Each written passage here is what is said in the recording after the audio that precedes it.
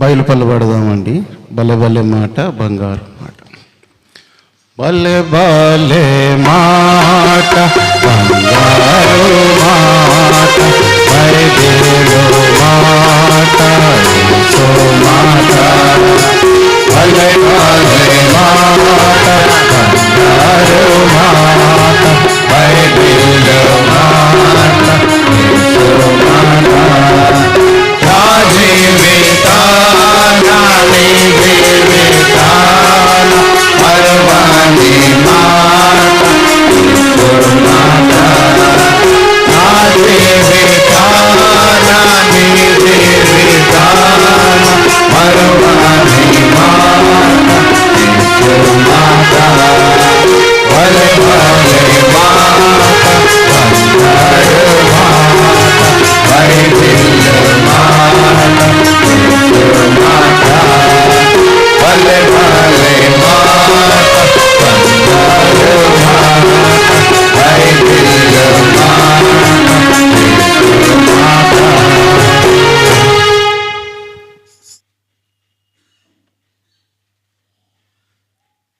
మనము ఇంతవరకు పాటల ద్వారా ప్రభుని ఆరాధించి మహిమపరిచినాం. వ్యక్తిగతముగా మనకిచ్చిన రక్షణను బట్టి అది చాలా విలువైనది. ప్రభు మనకిచ్చిన రక్షణను బట్టి కృతజ్ఞులమై పూర్వము అనగా ప్రభువుని ఎరగక ముందు మన జీవితములు ఎలాగున్నాయో, మనం ఎలాగున్నామో, ఎలాగ జీవించినామో, ఎలాగ బ్రతికినామో, ఇప్పుడు ఎలాగో జీవిస్తున్నామో ఎన్ని మనము టాలీ చేసుకుంటే ఇప్పుడు పాడుకున్న పాటలో ఆయన ప్రేమే. నిజంగా ఆయన మనల్ని ప్రేమించకపోతే బైబిల్ చెప్తా ఉంది, మనము ఆయనని ప్రేమించుతామని ఆయనే మనలను. 2వ సమూయేలు గ్రంథం 7వ అధ్యాయం.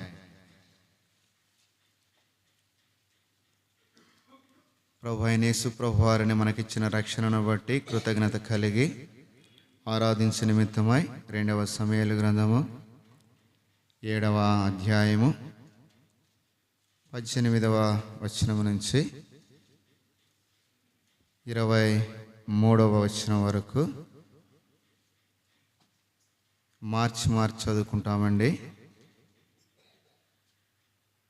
2వ సమూయేలు గ్రంథము 7వ అధ్యాయం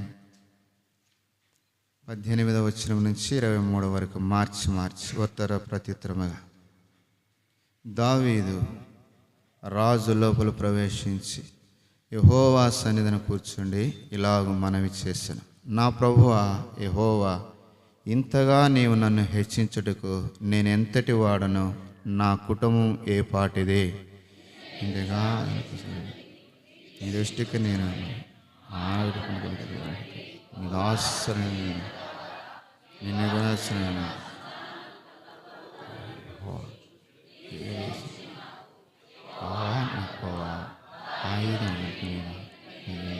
చెప్పను. యెహోవా నా ప్రభువా, నీ దాసుడైన నన్ను నీవు ఎరిగి ఉన్నావు.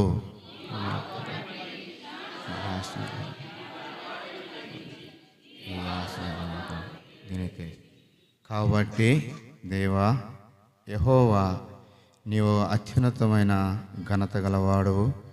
నీ వంటి దేవుడు ఒక్కడునూ లేడు. మేము వినిన దానినంతటిని బట్టి చూడగా నీవు తప్ప దేవుడెవడునూ లేడు.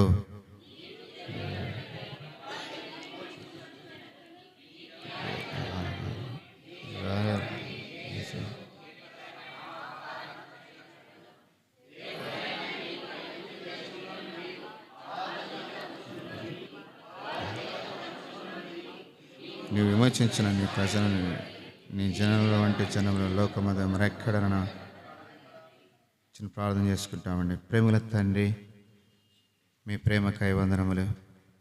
మేము మిమ్మల్ని ప్రేమించటము కాదు, మీరే నన్ను ప్రేమించి మమ్మల్ని ప్రేమించి, ప్రేమ గొప్పది, ప్రేమ కొరకై అర్పించుకున్నావు, సమర్పించుకున్నావు, సజీవుడిగా సిలువకు అప్పగించుకున్నావు, సింహాసనం విడిచినావు, సిలువలో రక్తమంతా కార్చి గొప్ప రక్షణ, మా పాపములకు నా పాపములకు క్షమాపణ అనుగ్రహించి బిడలుగా చేసుకున్న విధానమును బట్టి ఇది మిమ్మల్ని ఆరాధించుటకు పాటల ద్వారా సహాయం చేసి నీ ఆలయంలో చదివిన వాక్య భాగం మాతో మాట్లాడి వ్యక్తిగతంగా మేము ఆరాధించుటకు ఆత్మనిస్తారని, నన్ను నీ స్వాధీనంలో ఉంచుకుని ఒక పాత్రగా వాడుకుంటారని యేసు ప్రభు నామమున ప్రార్థించి అడిగి వేడుచున్నాం తండ్రి, ఆమేన్. చదువుకున్న భాగంలో ఇక్కడ మనము అనేక సందర్భాలు ఉన్నాయి, చదువుకున్నాం. అయితే దావీదు తన జీవితంలో ఇప్పుడు మనం పాడుకున్న పాటలో చదవండి 18వ వచనం. 18వ వచనము,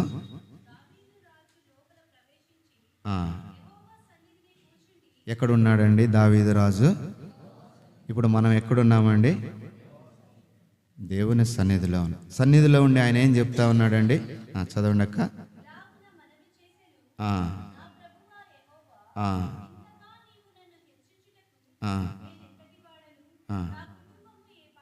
నాకు సమయం చాలదు కానీ నేను ఇంకా ముందుకు వెళ్తాను. ఇక్కడ మనం ఆగితే దేవుని సన్నిధిలో కూర్చున్నాడు.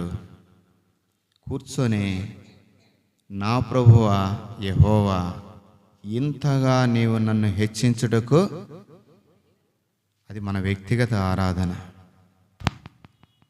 మొదటి సమూయేలు గ్రంథంలో 17వ అధ్యాయంలో మనం చూసుకుంటా ఉంటే ఆడ రాయబడుతుంది. రండి, మొదటి సమూయేలు గ్రంథము 17వ అధ్యాయం 34వ వచనం అనుకుంటా, చదవండి ఆ భాగం. ఇంతగా అంటే ఒకప్పుడు ఎలాగున్నాడండి? చదవక.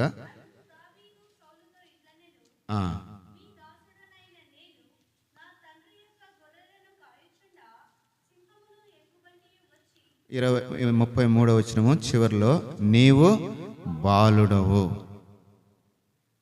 నీకు బలము చాలదు.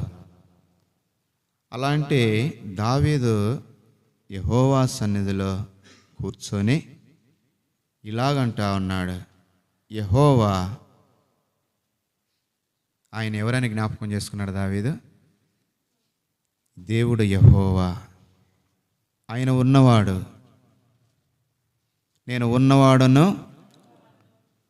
అని ఎరిగి ప్రభు ఆలయంలో ఉండి, నువ్వు నన్ను ఇంతగా హెచ్చించావే. ఎంతగా హెచ్చించావు?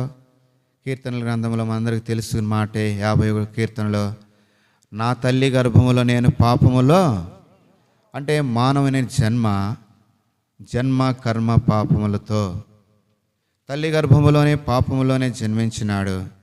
కర్మగాలి బెత్షెబా విషయంలో పాపములో పడిపోయిన వ్యక్తి.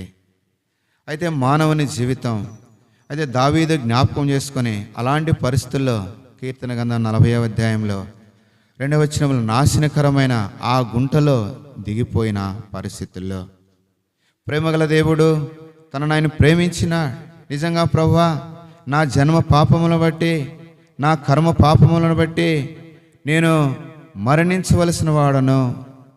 పాడుకున్న మరణాంధకార లోయలో, సంకట సమయంలో, ఎన్నో పరిస్థితుల్లో, మరణాంధకార లోయల్లో ప్రభువైన యేసు ప్రభువారు దావీదును జ్ఞాపకం చేసుకొని, దావీదును ప్రభువైన యేసు ప్రభువారు ప్రేమించినాడు గనుక దావీదు తన జీవితంలో ప్రభువును ఆరాధిస్తూ ఉన్నాడు, ప్రభుని మహిమపరుస్తూ ఉన్నాడు. నీవు నన్ను ఇంతగా హెచ్చించుటకు నేను ఎంతటి వాడినయ్యా, ఎలాంటి వాడను? బాలుడునే, బలము లేనివాడనే, కనుకనే మరణానికి సిద్ధముగా ఉండవాడనే, వెర్రివాడుగా ప్రవర్తించినాడు. ప్రియమైన వారలరా, ఎన్నో ప్రతికూల పరిస్థితుల్లో, తన భయముతో అదుల్లో గృహలో పరిస్థితుల్లో ప్రభు బిడలముగా ఎన్నో మరణాంధకారాలు, ఎన్నో సంకటములు, ఎన్నో కొదవులు, ఎన్నో కష్టములు. ఇప్పుడు నీవు నేను ప్రభుని ఆరాధించే మనం వ్యక్తిగతంగా జ్ఞాపకం చేసుకుందాం. నిజంగా ప్రభువా, నీవు నన్ను ఇంతగా హెచ్చించుటకు, నేను ఒకప్పుడు ఎలాగ ఉన్నాను? పాపంలోనే పుట్టినానే, పాపంలోనే జీవించినానే, పతనమైపోతా ఉన్నానే, ఇలాంటి నన్నును ఎందుకో నన్నెంతగా నీవు ప్రేమించితివో దేవా, అందుకో నా దీన స్తుతి పాత్ర, హల్లెలూయా యేసయ్యా. నా పాపము నరరూపివైనావు,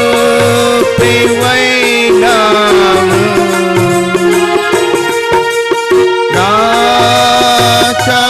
పాపము నలిగి వేలాడితివి, నాకు చాలిన దేవుడవు నీవే.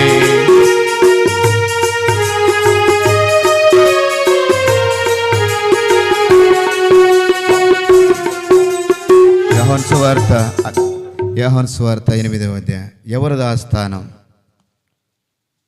యోహాను సువార్త 8వ అధ్యాయం 10వ వచనం. యేసు తల ఎత్తి చూచి, అమ్మా, వారెక్కడ ఉన్నారు? ఎవరును నీకు శిక్ష విధింపలేదా అడిగినప్పుడు ఆమె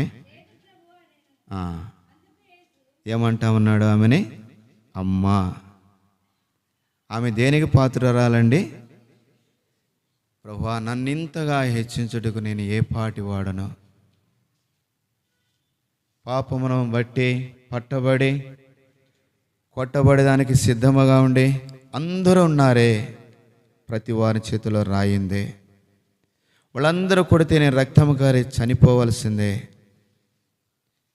నిన్ను నన్ను ఆయన ప్రేమించినాడు గనక నేను నా స్థానములో ఆయన ఉండడానికి ఇష్టపడినాడు. మన వ్యక్తిగత ఆరాధన, ఇంతగా నీవు నన్ను హెచ్చించుటకు నేనెంతగా అంటే బాలుడవు, బలము లేనివాడును, సంకటంలో ఉన్నవారం, సమస్యల్లో ఉన్నవారం, పాపములో జన్మించిన వారం, పాపములో జీవించిన వారం, పట్టబడి కొట్టబడి ఆత్మ నిత్యమైన పాతాళానికి సిద్ధముగా ఉన్న నిన్ను నన్ను ప్రభువైన యేసు ప్రభువారు రక్షించేదాని కొరకై రక్షకుడుగా ఆ ప్రభువైన యేసు ప్రభువారు మనం జ్ఞాపకం చేసుకుందాం. రెండవ సమూయేలు గ్రంథము 7వ అధ్యాయం. నిజంగా ప్రేమైన వాళ్ళరా, ఆయన యొక్క ప్రేమను నువ్వు అర్థం చేసుకొని నేను అర్థం చేసుకుంటే ఆ ప్రభుని ఈ దినం ఉదయం కాలం మనం ఆరాధిస్తాం. ప్రభువా, ఇంతగా నన్ను హెచ్చించుటకు నేను ఏ పాటి వాడను? ఎలాంటి వాడైనా 22వ వచనంలో చదవండి. కాబట్టి దేవా యెహోవా, నీవు అత్యున్నతమైన ఘనత గలవాడువు, నీ వంటి దేవుడొక్కడను. ప్రియమైన వాళ్ళరా, ఆయన వంటి దేవుడొక్కడ లేడు. ఆయన ఘనత గలవాడు. యెషయా గ్రంథంలో రాయబడినట్లు ప్రియమైన వాళ్ళరా, మహాగణుడు, మహోన్నతుడు, పరిశుద్ధుడు, నిత్య అత్యున్నత స్థానంలో ఉన్నాడు. సింహాసనం మీద ఉన్నాడు. స్త్రీ పట్టబడింది. ప్రియమైన వరలా కొట్టబడాలా, మరణానికి పాత్ర అవ్వాలా? ప్రభువా, నన్ను ఎందుకు ప్రేమించినావు ఇంతగా? వాళ్ళు నన్ను కొడితే, వాళ్ళు నన్ను చంపితే నా ఆత్మ పాతాళంలో ఉండేది. దావీదు తన వ్యక్తిగత జీవితంలో ప్రభుని ఆరాధించినాడు. ఈ దినము సందర్భానికి వస్తాం. ఒకప్పుడు ఎలాగున్నాం? పాపంలోనే పుట్టినాం, పాడు పనులు చేసినాం, పతనమైపోయినాం. బాల్య దశలో కనుకనే ఎగిలి చేష్టలు, పిల్ల చేష్టలు, వెర్రి చేష్టలు, తిక్కి చేష్టలు, ఎన్నో పరిస్థితులు. ఒకప్పుడు ప్రభుని ఎరగక ముందు ఐగుప్తులో కనుక ఇంకా రాయబడుతుంది, వారి దేవతలని వారు కనుక ప్రభు అయిన యేసు ప్రభు వారు విమోచించినాడని. బానిసత్వములో ప్రియమైన వాళ్ళరా, వ్యక్తిగతంగా మనం ఆరాధిస్తున్నామంటే ఒకే మాట దావీదుకు వలె, ఇంతగా నీవు నన్ను హెచ్చించుటకు నేను ఎంతగా అంటే, ఒకప్పుడు పాపంలో ఉన్నాను నాయనా, నెమ్మది లేదు, మనశ్శాంతి లేదు, చేతిలో బైబిల్ లేదు, మందిరానికి వచ్చే అర్హత లేదు. అయితే ఈ దినము పరిశుద్ధుల సమాజంలో యెహోవా సన్నిధిలో దావీదు రాజులైన యాజక దేవుని సొత్తైన ఎంత గొప్ప ధన్యత. ఇంతకంటే మనకేం కావాలండి? మన పాపముల ప్రభు ఎంచితే మనం ఎక్కడుండేవాళ్ళం? అయితే ఆయన ఒకటి జ్ఞాపకం చేసుకోలేదు. అందుకనే 2వ సమూయేలు గ్రంథం 7వ అధ్యాయం 20 వచనంలో రాయబడుతుంది. ఆయన ఏమని ఎరుగుతుంది అంటే చివర ఆయన ఏమని రాయబడుతుంది అంటే అక్కడ, నీ దాసుడని నన్ను నీవు ఇలాంటి స్థితిలో ఉన్నప్పుడు ప్రభు ఎరిగినాడు. అలాంటి స్థితిలో ఉన్నప్పుడు ఎవరు ఎరుగుతారండి? ధనవంతులుగా ఉన్నప్పుడు నా స్నేహితులు అంటారు, మా బంధువులు అంటారు, మా కులస్తులు అంటారు. పాపములో ఉన్న వ్యక్తిని, పాడైపోయిన వ్యక్తిని, పాతాళానికి సిద్ధంగా ఉన్న వ్యక్తిని, మరణానికి సమీపంగా ఉన్న వ్యక్తిని వారు ఎవరైనా మా వారని చెప్పగలరా? ప్రభు అయిన యేసు ప్రభువారు మొదటి పాటలో అన్న పాడినాడు, పాడేదేమో దేవా. అక్కడ రాయబడుతుంది, ఒకప్పుడు అన్యుడను అయితే నన్ను ఏం చేసినావంట? ధన్యుడిగా చేసినాడు. అందుకే మనం ప్రభుని ఆరాధిస్తున్నాం.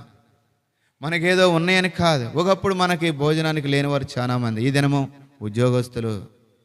ఒకప్పుడు సరైన ఇళ్ళు లేవు, సరైన వస్త్రాలు లేవు, సరైన ఆరోగ్యం లేదు. ఈ దినము సమృద్ధి, మంచి వస్త్రాలు, మంచి ఆరోగ్యము, దేవుని ప్రజలు, దేవుని ఆలయము.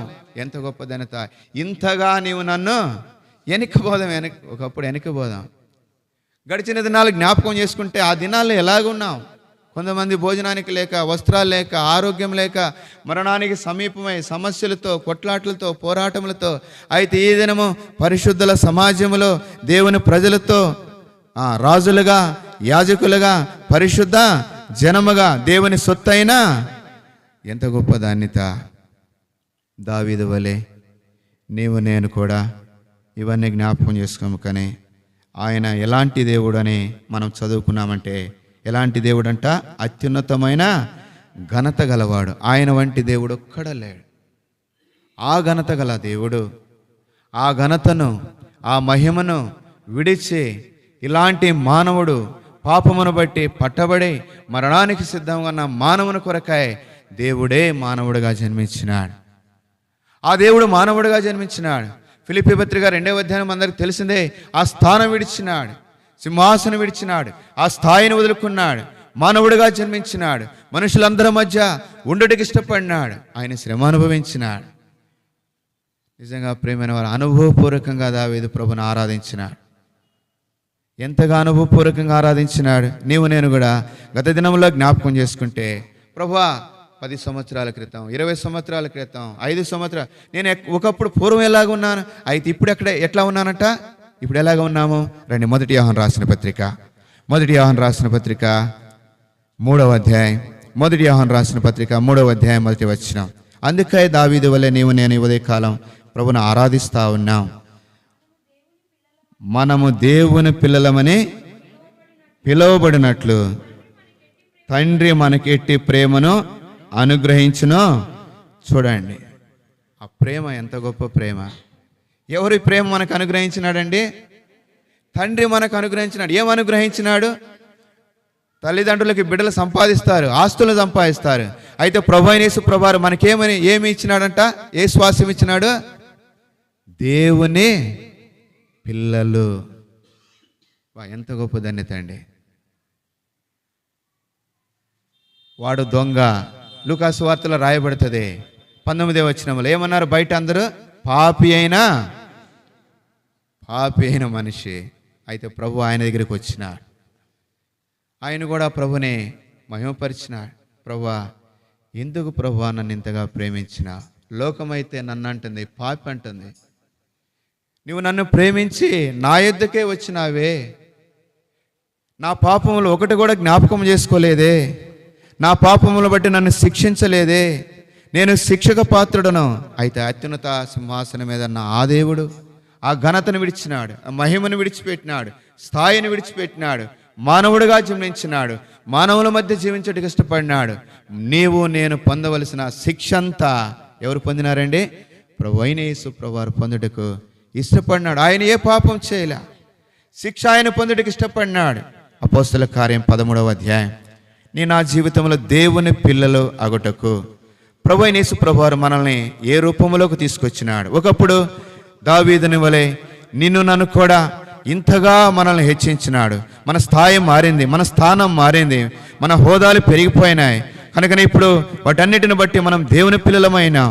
ప్రియమైన వారలా, ఇట్టి ఘనతను బట్టి ప్రభువైన యేసు ప్రభువారిని, ఆయన నిన్ను ప్రేమించి ఆ ఘనతను విడిచి సింహాసనం విడిచి సిలువనకు వచ్చి సిలువలో ఆ వేలాడుడు ద్వారా చూడండి, అపోస్తుల కార్యం 13వ అధ్యాయం, అపోస్తుల కార్యం 13వ అధ్యాయం 27వ వచనం చివరి భాగం, 27వ వచనం చివరి భాగము. ఆయనకు శిక్ష విధించుట, ఆయనకు శిక్ష. ఆ ప్రభువైన యేసు ప్రభువారు, ఆమె శిక్ష ఆమెది. శిక్ష ఎవరిది? దావీదుది. శిక్ష ఎవరిది? నాది. అయితే శిక్ష ఎవరు అనుభవించినారట? ఆయనకు శిక్ష విధించుట చేత. శిక్ష ఎవరు అనుభవించినారండి? ప్రభువైన యేసు ప్రభువారు. అత్యున్నతమైన ఆ ఘనత గల దేవుడు ఆ సింహాసనం విడిచి ఆ దేవదూతలను స్థానమును వదిలి మానవుడిగా జన్మించి మానవులందరి శిక్ష.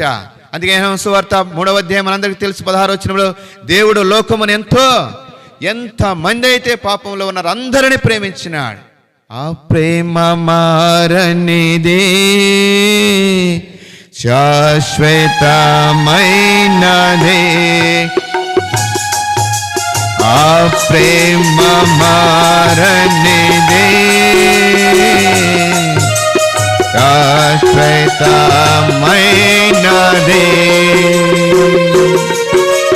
మమ్ము ఎడా భయనిదే,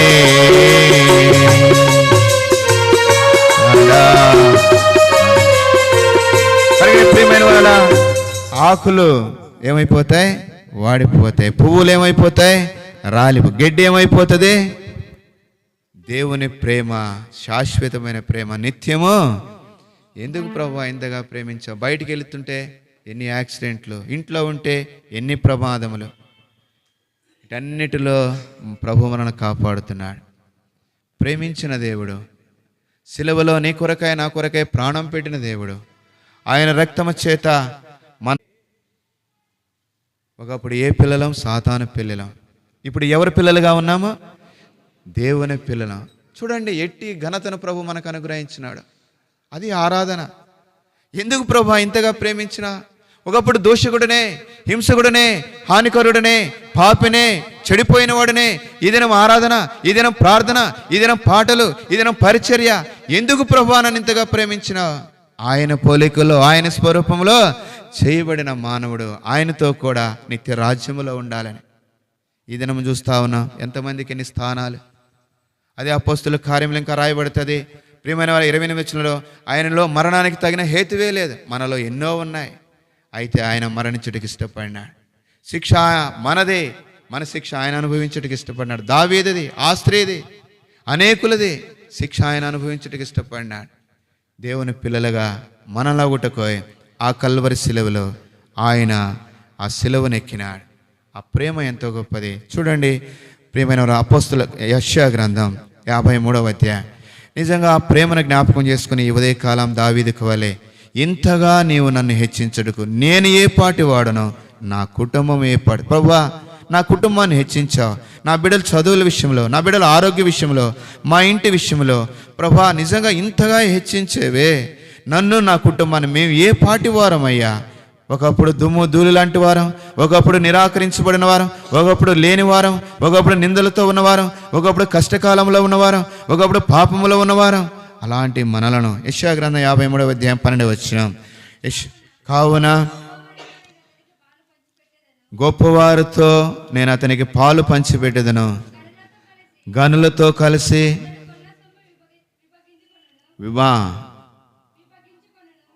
విభాగించుకొనెను.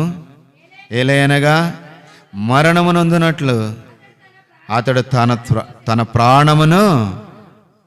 ప్రాణమును దారిపోయి తమకు ఇవ్వటానికే బాధపడతారు, భయపడతారు.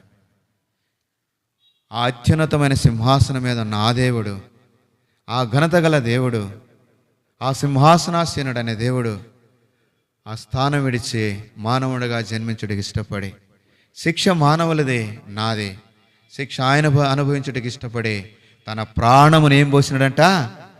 ధారపోసినాడు. ఆ కల్లువరి మార్గములో యేసు సిలువను మోసెను ఆ కల్లువరి మార్గములో గాయపడిన చేతులు చాచి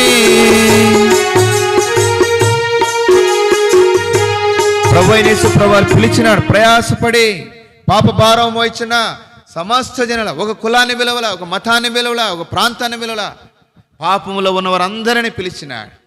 ఆ దేవుడు పిలిచి రక్షించేదాని కొరకై ఆయన రక్తము చివరి బట్టి వరకు సిలువలో కార్చేదాని కొరకై తన ప్రాణమును ఏం చేసినాడంట? ఎవరు నీ కొరకై నా కొరకై ప్రాణం పెడతారు? ఎవరు రక్తము గారుస్తారు? ఎవరు ఆ స్థానం విడుస్తారు?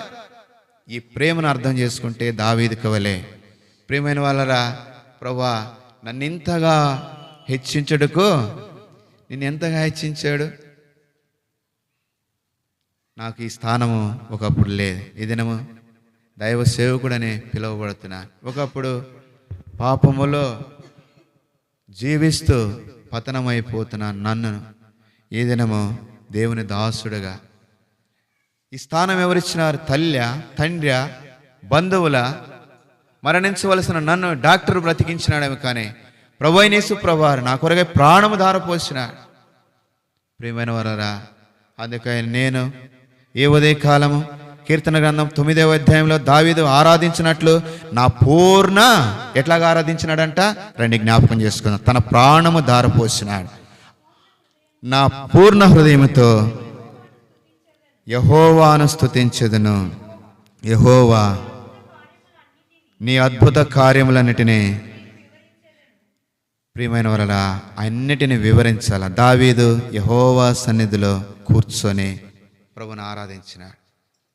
ఇంతగా నన్ను హెచ్చించుటకు, అవును ప్రభువా నేను బాలుడిని, వాడి చేతిలో చచ్చిపోతే, సింహం చేతిలో చచ్చిపోతే, ఎలుగుబండి చేతిలో చచ్చిపోతే, గొలియాత్ చేతిలో చచ్చిపోతే, ఫిలిస్తీన్ల చేతిలో చచ్చిపోతే, ఆకీషు రాజు చేతిలో చచ్చిపోతే, మీకాలు చేతిలో చచ్చిపోతే, సౌలు తన బాణం విసినప్పుడు తన చేతిలో చనిపోతే, ఎందుకు ప్రభువా నన్ను బ్రతికించావు? తన ప్రాణము ధారపోసినాడు. ప్రాణం పోవలసిన మంది తన ప్రాణమే ఫలంగా పెట్టినాడు. పాపములు మనవి, మన పాపముల నిమిత్తమే ప్రాయశ్చిత్తము ఆయన చేయుటకు తన రక్తమంతా సిలువలో ధారపోసినాడు. దారలు దారలుగా కార్చినాడు. ఈ ప్రేమను ఎరిగినావా?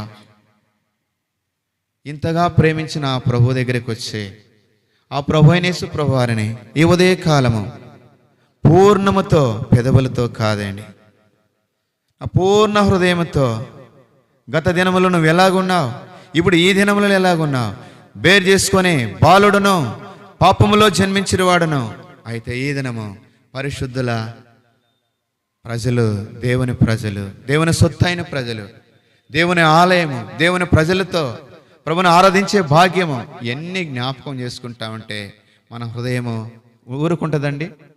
ఊరుకుండలేదు. మనం మౌనంగా ఉండలేం. ప్రభుని ఆరాధిస్తాం, ప్రభుని గణపరుస్తాం. ఒక్కొక్క అక్క ఆరాధిస్తుంటే ఏడుపు వస్తుంది. ఒక్కొక్కరు ఆరాధిస్తుంటే ఇంకొకరు పురుగొల్పుతూ ఉంటారు. ఎందుకు? ప్రభా ఒకప్పుడు నా జీవితం ఎలాగుందంట? పాపముతో పతనమైన నా దేహమును పరిశుద్ధాలయముగాను చేసుకొంటివే.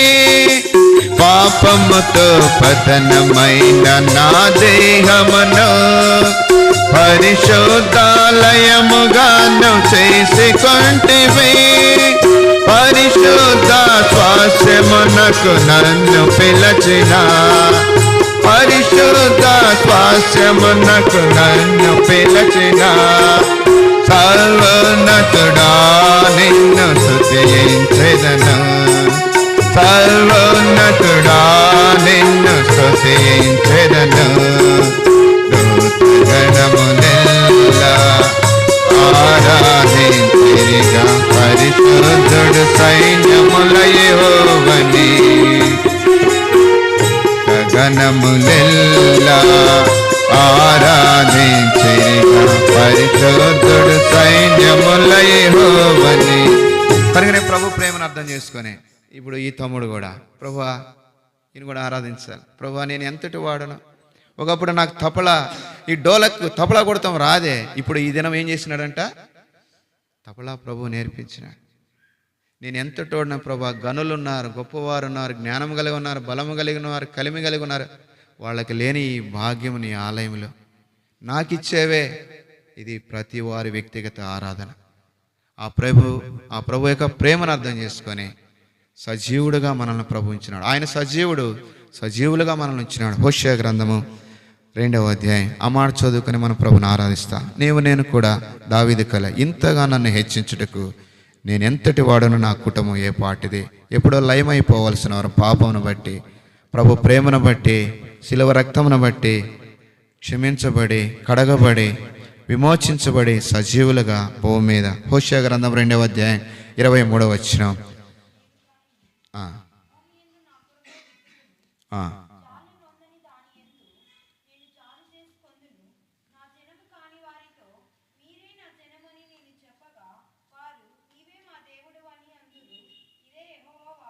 కనుకనే ఒకప్పుడు నా జనము కాని వారితో మీరే, ఒకప్పుడు అన్యులం, ఒకప్పుడు పాపంలో ఉన్నవారం, ఇప్పుడు ప్రభు ప్రజలం. నేను దానిని భూమి యందు నా కొరకు, ప్రభు కొరకై ఒక విత్తనం వలె మనల్ని ప్రభు సజీవుడుగా ఉంచినాడు. ఆ విత్తనం విత్తబడినప్పుడు అది భూమిలో పడుతుంది, చనిపోతుంది, పైన శరీరం అనే తోలు బయటకు వస్తుంది. ఆ యొక్క విత్తనం లోనికి వెళ్ళి ఏమొస్తుంది? చిన్న మొలకు వస్తుంది. అలాగ ప్రభు అయిన యేసు ప్రభువారు మన యొక్క ప్రాచీన స్వభావం అనే పాప జీవితాన్ని శిలువలో ఆయన కార్చిన రక్తము ద్వారా మన పాపముల నుంచి మనల్ని విడిపించి, ఆ రక్తము ద్వారా మనల్ని కడిగి పరిశుద్ధపరిచి ఈ మొలకనే ప్రభు ప్రజలుగా సజీవులుగా నా కొరకు అని ఏమని రాయబడుతుంది? ఆయన కొరకు మనల్ని ప్రభు భూమి మీద ఉంచినాడు. నిజంగా ఆయన సజీవుడుగా ఆ దేవుడు సజీవులుగా ఉంచినాడు. ఆ సజీవుడు అయిన దేవుని ఈ ఉదయకాలం దావీదుకు వలె, ప్రభా ఇంతగా నీవు నన్ను హెచ్చించుటకు నేను ఎంతటి వాడినయ్యా. గత దినంలో జ్ఞాపకం చేసుకుంటే అలాంటి స్థితిలో ఉన్నాను. అయితే ఈ దినం ఎలాగున్నానంట?